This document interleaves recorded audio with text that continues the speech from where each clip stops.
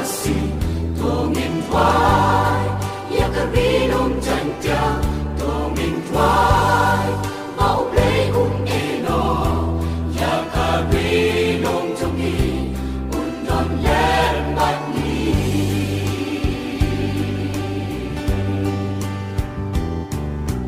tuai ya karinong kasih tongin tuai ya karinong janja tongin tuai mau play eno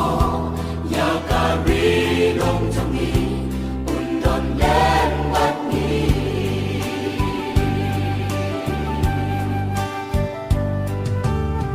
Jing snail si bun kila ng chale Man lakas ngiki ng yayja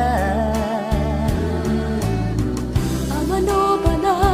banwan yarap yangi Day kampu nusa uban pena sa siyangge taksyabe ni pa ni tuwan mamin siyaw yangi friend mamin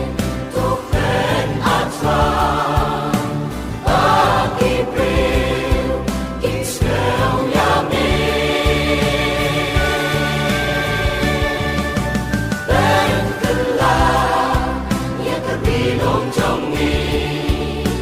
friend mamin ginong sansyata vi jongi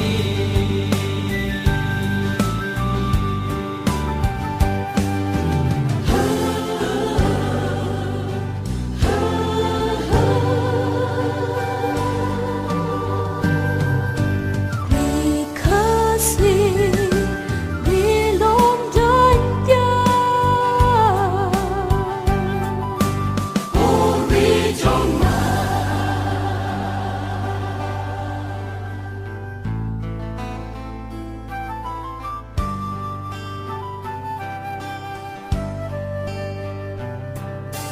Kau kepada Tuhan jingkerku dengan syabang ipai kasih syah dengan tijong putra kabaya dayani nalaki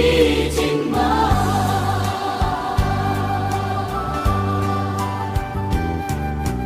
Kau kepada Tuhan jingkerku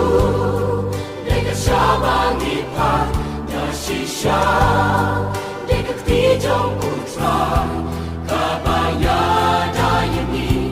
nalaki jingma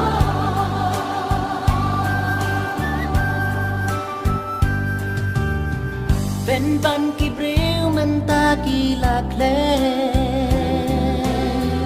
Ilendet ya kamon uble Kajing ik the tribe kan saja no